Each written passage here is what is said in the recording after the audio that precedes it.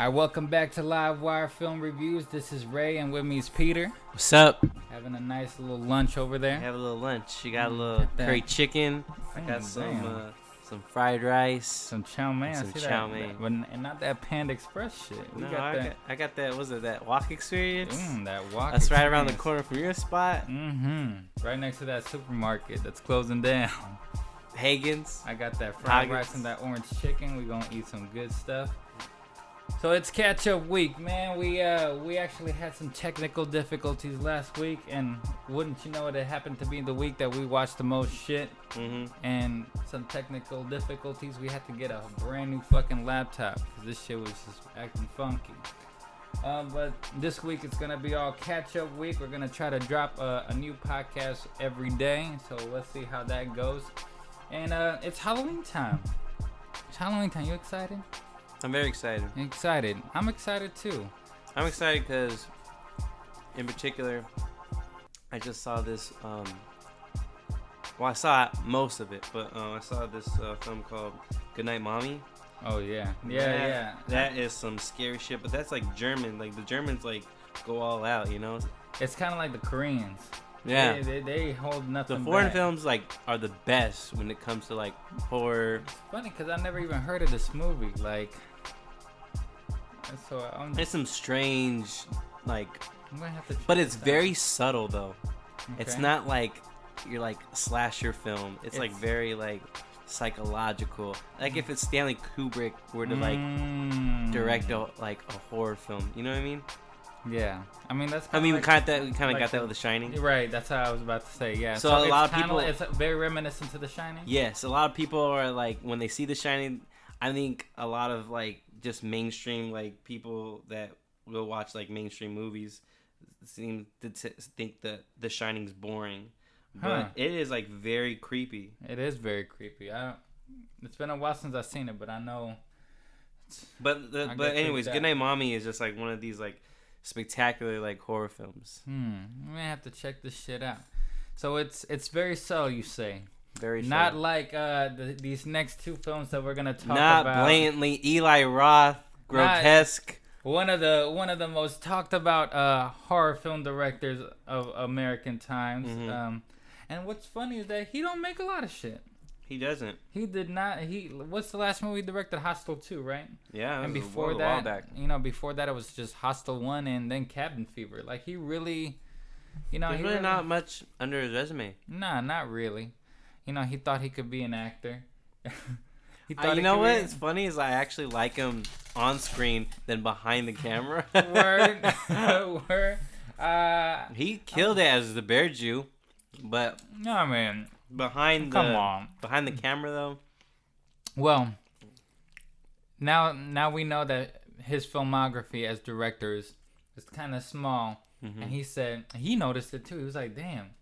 Then he hit us with a back-to-back. He got all like Drake on it. He went on a Drake on us. Oh man, not again. He gave us two very different movies, different, but at the same time very Eli Roth. With the same kind of character tropes and the same kind of situations, and as you know, same kind of over-the-top type of violence and shit. So let's go with the first one. The first one, I want to talk about this one. Are we going with the lesser of the evils, or are we going to go right into it? I'm going to go with the lesser of the evils, at least for me. Okay. At least for me. What is that? And it's going to be Keanu Reeves' Knock Knock. Okay, cool. No, I was thinking the same thing. So, Keanu Reeves, man. Neo. Yes. We got the hero from Speed. Our lovable doctor from Something's Gotta Give. Oh, yeah, I forgot. He decided to stretch his acting chops a little more this time. He said, I haven't been in a horror film since, let me think. Since Dracula. Since Dracula. Right. It's like, so who better to make a comeback to horror than the man that's actually doing a comeback in horror? Eli Roth. All right. And here comes Knock Knock. And Knock Knock is, they say it's a remake of an old movie. I don't remember what it is. But it's about Keanu Reeves, and he's a family man. Yeah, he actually he plays the father of two. And his wife is like smoking hot. Well, you know it's Keanu Reeves. Yeah, I know. I mean, you wouldn't expect like Bette Midler. True. You know? He's getting long in the tooth though. Mm-hmm. You know what I mean? Mm-hmm. They can still pull it, you know? Yeah, he does. And he's got 2 kids, and they're a very happy family, you know. So happy, you know. He tries to get some, and she's like, "No, it's not the right time." And he's like, Is it start off on his birthday? Yeah, no, Father's Day. Father's Day, thank you. Father's Day. And, you know, the kids are celebrating that, yay! And he's like, yay! And Chocolate sprinkles. But you know what? Some plans came up and messed up Keanu Reeves' plans. You know, they were gonna go spend the weekend at the beach, and you know, boo-hoo, he had to stay home and work on Father's Day. Was he like an architect? Yeah. An architect. So he decides to stay home and work and, you know, just chill out, listen to some music, smoke a little weed, you know? Yeah. Before he was an architect, he was a DJ, right? Mm-hmm. Yeah. Yeah, DJ Neo. Yeah. He has some nice set of turntables. Yeah, right? I was just like, what are you doing? And I didn't really get to see the crates of his collection, but it seems like he has like a nice... It seems like he has like a nice eclectic collection of vinyls. Yeah. So... It's the middle of a rainy night in California, of course, you know, because it rains so much and so hard. Yeah, it was crazy. And out of nowhere, knock, knock, and who's that at the door? 2 fine-ass looking bitches. Some thought-ass bitches. Ooh! I was just like, God damn. It's like pouring rain, and one of them's like got like panties on. Mm-hmm. And they just like holding their breasts like... You know, I'm so sorry. We're lost. Could you help us out? Are they on their way to a party or something? Yeah, something like that. That the Uber took them to the wrong place or whatever and left them abandoned in the middle of the rain, because that makes sense. But that's neither here or there, because Keanu Reeves is there to the rescue. You know, he's a nice guy. And so, I'm alone. You know? Won't you come in? Yeah, and he keeps them company while he orders them a Uber. He like puts their clothes in the dryer and gives them robes. Hey, I'm a family man. Let me get you wet clothes. You're a lifesaver, Evan. Not everyone would just let 2 total strangers into their house these days. Well, you don't look that dangerous. Worst case scenario, I know I can take the both of them. I'm not so sure. I do airboxing. Airboxing? Yeah, like, you know. Oh, okay. Oh my God, I'm sorry. Next thing you know, things get a little interesting, you know, and gets a little intricate. I actually find this area of the film pretty interesting, and it's kind of like a cat and mouse game, because they keep trying to seduce him, and he keeps doing the best he can to resist. And you know, they sit next to him. Not give in. Yeah, like they sit next to him, and he does his best to move to the next seat, you know, move out of the way. He'll go do something, change the subject. You know, it's kind of like a little sparring match of sexual intrigue. It's like destiny that we were meant to meet. Do you believe in destiny, Evan?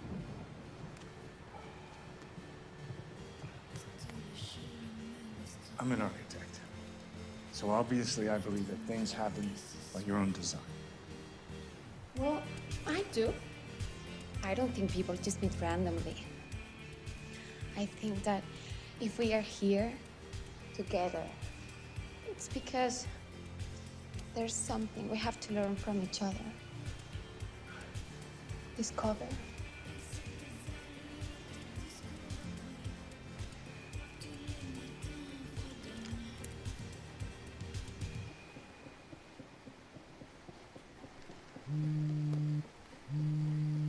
It's here.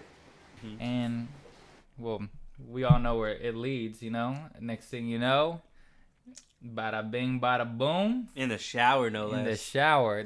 Both of them just... The thing is, like, it's like the water's running and Keanu still got his clothes on, but these bitches are going down on him. I mean, like, it was so crazy. Like, they just went head first to his cock. They were both gobbling on that cock. Head first, like literally head first. Like, I mean, and I know Keanu Reeves never had that. At least we gotta stop. Whoa. It was so crazy. And then both of them, they have magic powers, man, because both of them, while they both had Keanu Reeves' dick in their mouth, they both were able to say Happy Father's Day at the same time. Well, not even like gargling. It wasn't even. Happy Father's Day. It was like Happy Father's Day. Yeah, and in tune and in sync as well. They say it at the same time. They've done this before. Yeah, they gargle some nuts before. They've been practicing. Yeah.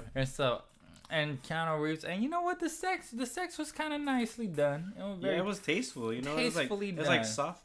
It was like softcore. It was like some Skinamax shit. You know, that you go like, well, I really like the cinematography here. The lighting was on point. Yeah. Oh yeah. Oh man, the camera work was beautiful. Yeah, man. I was just like, they watched Shame and they said we can learn from this movie. And then the next morning comes, the morning after, and Keanu Reeves thinks, okay, the bitches is gone. This will never happen again, you know. But next thing you know, these bitches still in the house. Yeah, like doing all sorts of like crazy wacky doodle shit. Yeah. Like they were like 4-year-old kids. They're like dueling on the kitchen counter and this is making breakfast and this is when it starts purposely making a mess. I thought you guys left. Who made you breakfast? I'm not hungry. Okay, that's mine.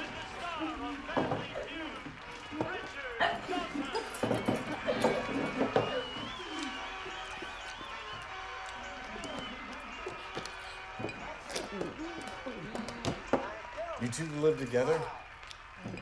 Yeah. Where? Wyatt. So I can drive you there.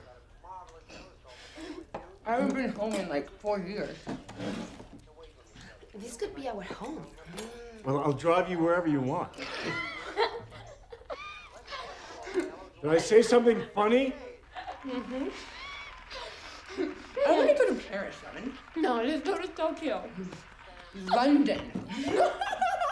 This is when it starts getting a little freaky, and then it turns into full Eli Roth mode. Yes. These bitches from like being very subtle and not subtle. They were so like, provocative. Yes. And sexy and intriguing. Like, yes, and like very thought-provoking and very. And then it's like Keanu Reeves' dick brought it out of them. They're like, ha surprise, nigga! Yeah, like. And out of nowhere, Keanu Reeves is just like, what? He got that child's play, dude. Brought that Chucky out of him. Yeah, he did. Got that demon out of them. Yeah. Because they started going crazy. And pretty much it's all a cat and mouse game of survival. And not so much a survival, it's more like a test of patience. You know, like how much can you as a viewer watch see Keanu Reeves tolerate these bitches and being tortured by them for the last, I would say, 40 minutes? 40 minutes. So, how'd you feel about it? You know what? To be honest, I think that the first half was very surprising, and I was like trying to think, man, it's not gonna be that bad. It's not gonna be that bad. I'm like, this is could this be Eli Roth's like masterpiece? Could it be his tour de force? Like, could this be his like last tango and to Paris or something like that? Yeah. I'm just trying to think like, maybe Eli Roth really wants to try to be a filmmaker. Maybe he really wants to have some character development. I mean, he got Keanu Reeves. Yeah, have some like decent acting. I don't know about all that.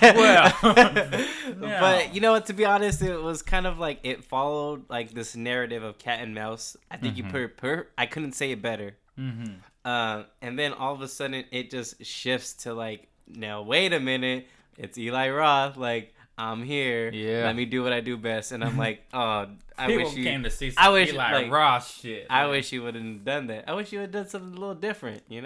Absolutely. It really became kind of like a test of my patience. I was really just like, at first, like, okay, this is interesting. Then they really try to be provocative. And this movie is... You know what this movie could have been? It could have been like his like funny games. Yeah, and it was trying to be funny games. It was trying to be funny games. Did you like funny games? You know what's funny? I think when I first saw you like funny games, I didn't like it. The second time I saw it, I appreciated it. Mm. You know what I mean? The only thing is, I really didn't like the ending where you took I think it's kind of breaking The rewind button. Yeah, you took this device and you rewound time and you changed the aspect of the whole film. Yeah, right. I think that's probably what I felt I got cheated on the first time. Yeah, well, it's like it's a Michael Haneke movie, and he's very depressing. But again, this is something that Eli Roth could have ventured doing something like that. And you see that he was really trying to. Mm-hmm. He was especially he was really trying to make a film. Yeah. Too bad. I feel like he failed miserably in that second half. It got really off the wall, batshit crazy. And of course, this is different from usual Eli Roth movies because it's not gory, it's not violent. Mm-hmm. This, he's trying to scare you in different ways. Yeah. He's really trying to, a perverted side, just kind of ruffle your feathers a bit. Keanu Reeves has to go through some elaborate shit. These girls, tie him down. They try to rape him while wearing their daughter's, clothes. Yeah. And they really do a mind game with him, a mind fuck, basically. Jackpot. Oh, is that real? What a clever way to hide this from the kids, Evan. Most firearm thefts are a family member of the gun owner. I don't own a gun. It's dangerous. Untie him. Are you sure? Yeah.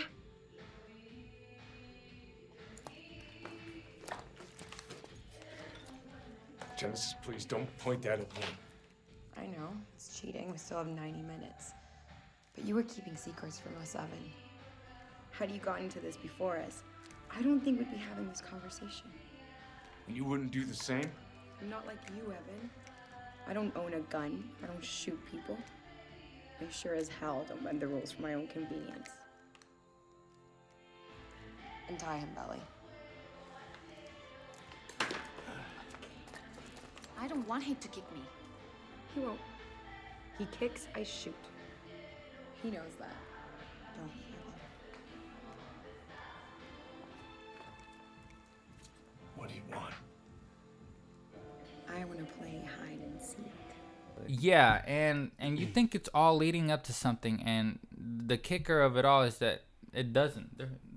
In the grand scheme of things, it really doesn't amount to anything. And it doesn't make any sense that these girls, go to Keanu Reeves to test him. Next thing you know, a small plot twist that I'm giving away, but I'm not going to give too much, is that he finds out that they've been spying on him. Mm-hmm. That they've been watching him for a while. Mm-hmm. And, and he's like, how the hell is this possible? Yeah. And you go, but why are these girls spying him specifically? Right. Why? What did he do? I have a feeling if they wanted to, dig dirt on him, this is a family man. It doesn't seem like he has, a passive infidelity, right? It just seems like he's in a perfect family, and it's like these girls went out to just test any random human, right? I want to say if they wanted to go after, they go after the sleaziest guy, mm-hmm. and see if he would change or something. This guy is a family man, and it's and at the end of it all is you try to punish a good man. Well, it's almost like they tried to test a seemingly good man. Okay. And then they try to prove that even a guy that seems good is evil. Will give in to their whims. Will give in to their will give in to temptation. Okay. But it's Keanu Reeves, there was a scene where he goes crazy and he's just no, y'all came on to me, y'all mm-hmm. came, and that make and I'm exactly, so what's the point? And Eli Roth, he likes to have these little kind of messages in the movies. Mm-hmm. And I guess his message is even if you're a good person, you're gonna cheat if two bomb ass bitches are mm-hmm. gobbling on your dick. Mm-hmm. I guess that's the moral of the story. Yeah. And that all men are the same. And that all men are pigs, even though the girls were the ones gobbling on the dick. And right. He didn't initiate it.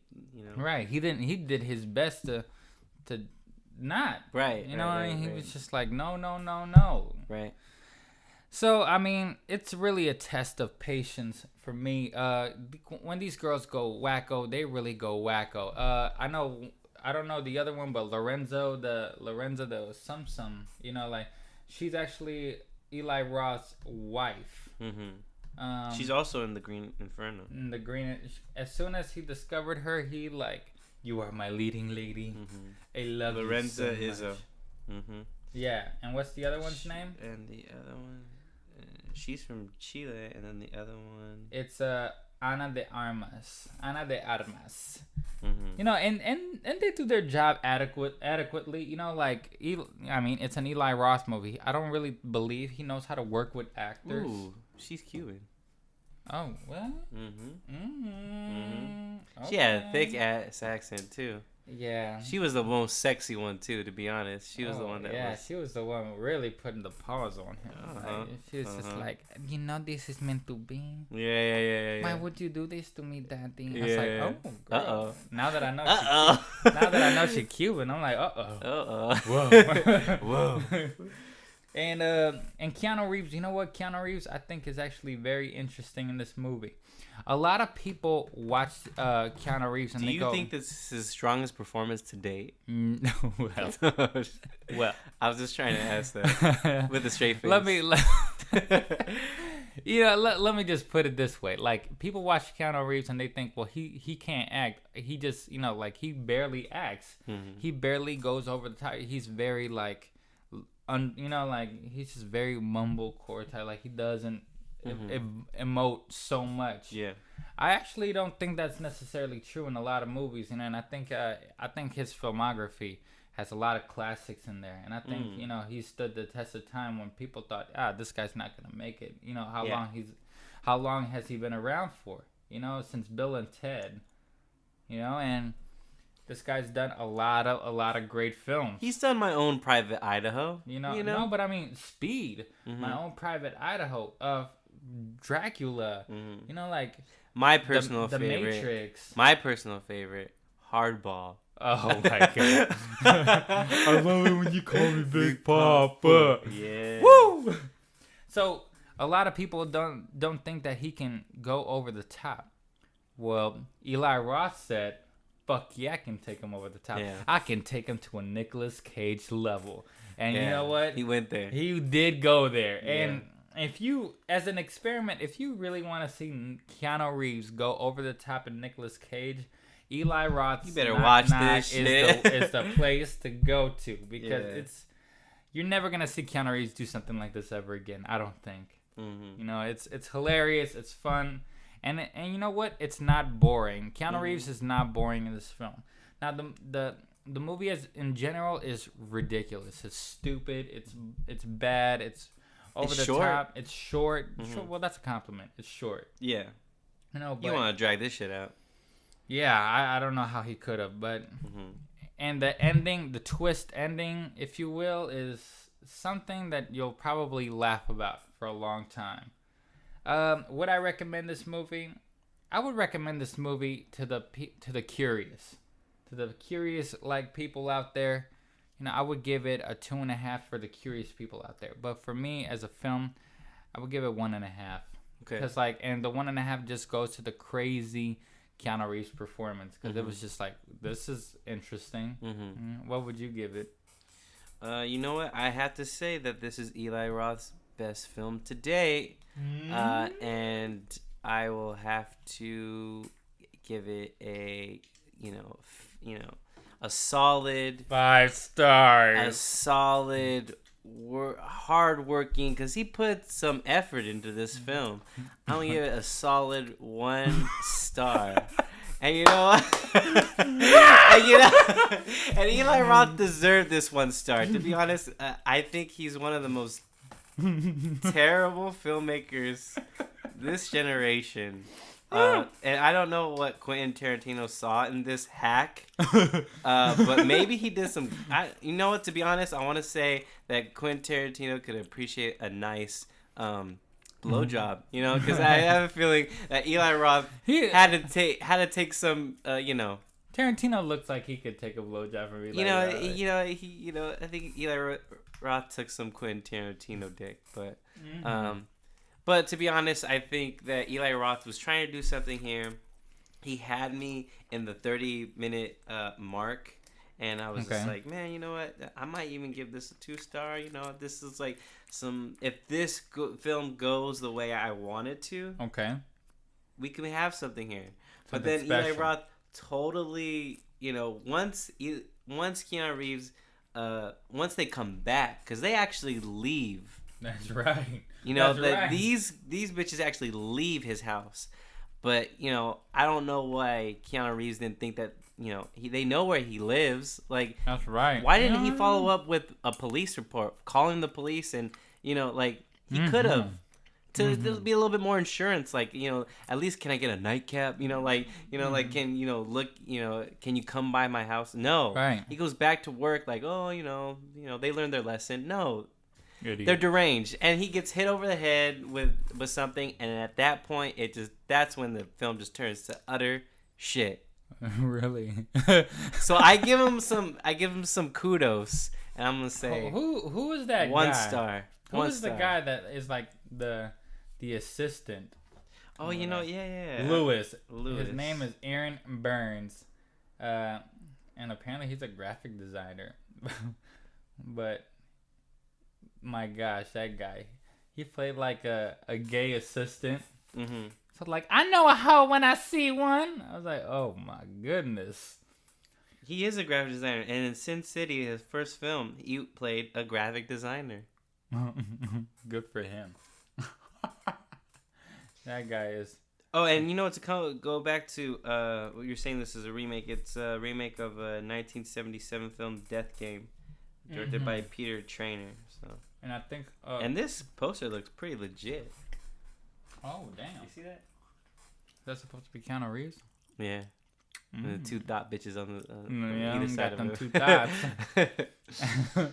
But to be honest, you know, it was something of a novelty, and I think maybe this will be his cult classic. Maybe. I think, like I said, it's for the curious to watch, and I think it's mainly because of Keanu Reeves. Mm-hmm. He keeps things going. You know what? To be honest, I really kind of wanted to like this film, but I really didn't like it. Me neither. So 1.5 star and 1 star. Yeah. But it was well earned. You know what? All you Eli Roth fans out there, I think maybe if you're looking for gore, you'll be very, very disappointed. Yeah. But if you're a guy, you won't be. Right. You got a dick. If you got a dick. You hetero. You good to go. You good to go. All right, let's move on to the next one. Now, the next one I did not see. I have a weak stomach for these kind of films, and I just can't take it. I saw a Red Band trailer of this film, and I was just like, nah. And I did my best to watch this film, and it was I did. And it was like from one of the masters of horror, Eli Roth or something. I was just like, okay. When I first saw the teaser trailer, and I forget what movie it was, but I think it was also a horror film. Mm-hmm. But it was like a year or 2 ago, and I was just like, It was supposed to come out last year. Okay, so it was like you didn't see much. Mm-hmm. It reminded me of watching like one of Rob Zombie's. I think I remember way back in the day when Rob Zombie was working on House of 1,000 Corpses, right? And actually being intrigued because you saw a teaser trailer that was pretty phenomenal, right. You know, it was like got music. It reminded you of the '80s type horror films. Yes, like the B horror films, right? But you know, I was actually looking forward to watching this, and when it finally came out, and then it got the reception it got, I figured, you know, it's just gonna be your, usual Eli Roth, and you know what, it is, but it's actually it turned up a notch. It turned up a notch. Because this one's about cannibals. Is it about like indigenous villagers that are cannibals, right? And about these college students that are trying to do like a protest in the Amazon. Like, tree hugging, folks that like really want to dramatize like the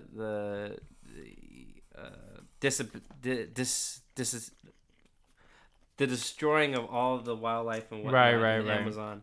and they go through great depths. And actually, the main character almost gets shot in the head for it. And who's the main character? And the main character is Justine, played by once again Lorenza Izzo. Oh, he's a college freshman. His wife is the lead His again. wife is the lead, and she becomes. Well, I don't know if she likes him, but she becomes intrigued by this guy named Alejandro, who's also like an activist. He already has a girlfriend, so I don't know why she wants to pursue this dude. But they go to Peru. That's where they go. They go to Peru, and they want to make some kind of statement. And I think he uses her as bait because she happens to be an attorney for the UN. Or her father. Her father, yeah. Her father's the attorney. Yeah. Her father's attorney. Something like that in the UN. trailer. So he actually uses her as leverage for his cause. Interesting. And so you want this motherfucker to die the worst death. So, how long till we see the cannibals?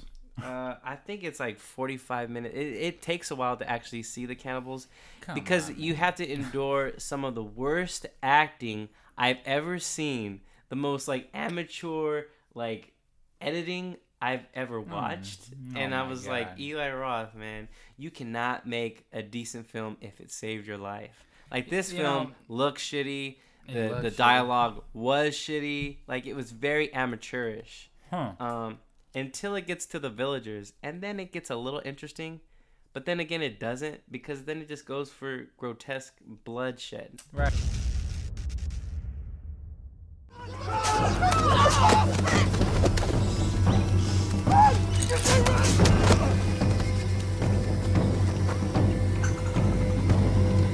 The GPS!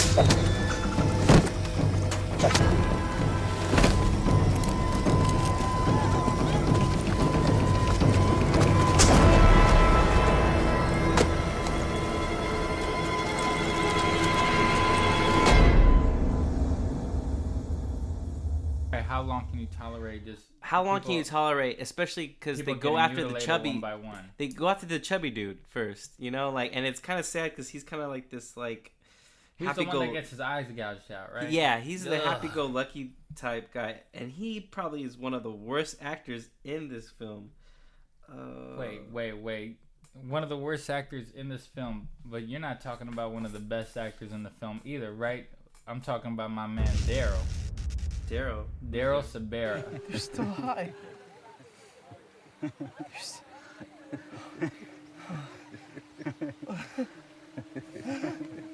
See?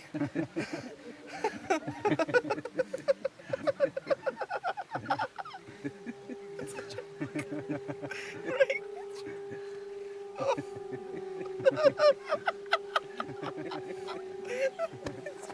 a joke. Wait! What? No. Oh. They have the munchies! They have the munchies!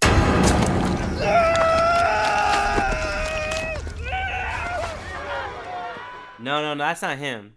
He plays this guy named Lars. He's like a pot smoker. Oh.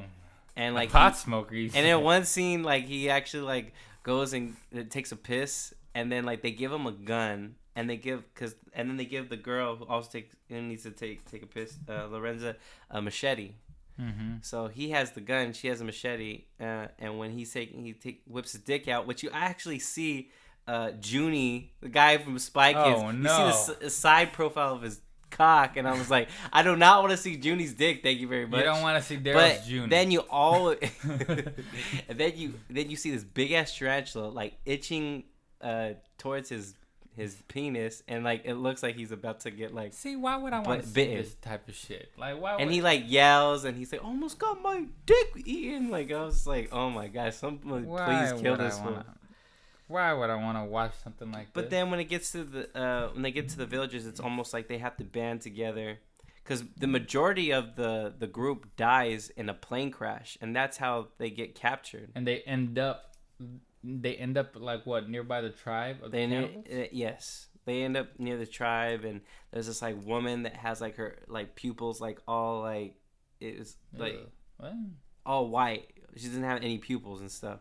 And then you have this one dude that has like an orange face with like horns and stuff, and he has like this like piercing. Well, that's actually what I find to be the most interesting in between his nose, because these people, these are an actual tribe of are they Native Americans or what? Like indigenous people. Indigenous people, right? And like apparently Eli Roth found them, and then like they agreed to do this movie because they thought it was kind of like funny. They thought it was a comedy or something like that. That's what I thought was interesting about this film, is that he actually used this actual tribe, you know, and well, leave it to Eli Roth to not know what to do with it. Yeah, because then he just kind of exploits them for doing genital mutilation, basically, female circumcision. Now, like, you want to see that, like. Now let me ask you. Is it scary? Is the movie scary? No, at no point because you see a lot of peril, and you see this the main characters like really are they're tortured, but you really don't feel anything for them, and you're just seeing just a display of violence, like gratuitous violence that Eli Roth is known for. If you like chopping off of the legs and the feet, feeding the tongue to the kids, watching some bitch have like really bad like diarrhea, and all the children in the village laughing at her and stuff, and who got diarrhea? This one bitch in that in the group. That's like one of the scariest. It's one of them. I don't know if it was meant for like comic relief, but you feel bad for her because she's like literally shitting like her blood and guts out, and like these like kids are just like laughing. You like see them like panning, and they're like giggling and stuff, and it's like, how much can you take? And then they drain their blood, and they all take cups of blood and drink from it. Like, if you really want to get into the most grotesque Eli Roth film, you have the Green Inferno. So if you have the diehard Eli Roth fans here, then you might want to see this. But if you're not into the whole like grotesque, that gory, like something I try to avoid films, then you want to avoid this. So this is basically Eli Roth on crack. So what would you give this movie? I'd give this movie a fuck you, 0 stars, because it was terrible. There's nothing redeeming about it. I want to say that yes, the tribe is kind of cool, but you're exploring an actual indigenous tribe and using them as cannibals. Exploiting them. You're exploiting them. You're like making them look like savages. Like, you know, this is almost like, you know, Americans with Native Americans. I mean, well, you know, Europeans, Euro Americans with the Native Americans. Right. Might as well just been like a bunch of Redskins. Like, these are people from indigenous cultures from Peru being exploited by Eli Roth, and like using them as a vehicle for savages. Well, now we know what the prequel's gonna be about. Are they really doing a prequel? Because I wouldn't want to see that shit at all. No. Are they planning to do a sequel to this? I wouldn't be surprised with Blumhouse, because Blumhouse picked it up from another, like the production company that just decided not to put it out because of, you know, technical difficulties or whatever, like financial problems that they had. Blumhouse picked it up and said, let's just drop it real quick. Like, yeah. Well, it was not a hit, but it didn't lose money. So I think it was made for $3 million, and it like made $5. I think it copped $3 million. So it just like $3. Just $3. That means it lost money then, because you got to think about marketing. True. And I didn't see too much marketing with this film. Like initially, when it first came out, the teaser trailer was like attached to like trailer and posters and right. Well, so they dropped it just to drop it. I think they just thought, hey, Eli Roth has another film, Knock Knock. Let's release this one. Knock Knock got thrown out on demand. Like, you know. Yeah. It kind of should have went the other way around. Like Knock Knock probably would have been able to make a little bit more money than Green Inferno. I think it would pull a lot more audiences than Green Inferno did. Yeah, you got Keanu Reeves, you got two bad bitches, you got sex, you know, you got mind games. You know, like movies like that make money if you market it right. Like Green Inferno, I don't see a lot of, like, I don't expect that movie to make 30 mil. Like, I mean, I think the only people that went to go see it are the people that saw Hostel. So guess. And I should have knew better because I didn't like either Hostel 1 or 2. So why would I think that this would be anything different? I wasn't too mad at Hostel 2. Yeah, I mean Hostel 2 had a nice premise going for itself. Right. It had a nice little twist that you followed the actual people that killed, that paid to kill. Yeah. I thought that was interesting, but I mean it's by no means a good movie. Right. So much for the return of Eli Roth. Yeah. Jesus. I think it's kind of like, well, we want to keep your name out there, so maybe you can do some work in the future. But I mean, I'm all for Eli Roth actually doing something because I have a feeling he has a movie in him somewhere in his diabolical mind. He says he has his next movie is gonna be like a Jaws movie where he's gonna like a gigantic like shark eating people or something. I bet you it'll turn out like that movie Piranha, and I wouldn't be surprised. Eli Roth was in Piranha. Oh, he was? Yeah. Okay. He was a DJ. Oh my gosh. He didn't direct it though, right? No. It was that guy that did the remake for Hills Have Eyes. Okay. Well, yep. Knock Knock gets 1 star and 1.5, and The Green Inferno gets no stars. No stars. So much for the return of Eli Roth. Well, this is Halloween weekend. This is catch-up week, day 1. Give us some comments. Give us a shout-out. You got any questions, hit us up on Twitter. My Twitter is RayRayMK, RayReimk, and your Twitter is PETEYMK. And this is LiveWire. Happy Halloween.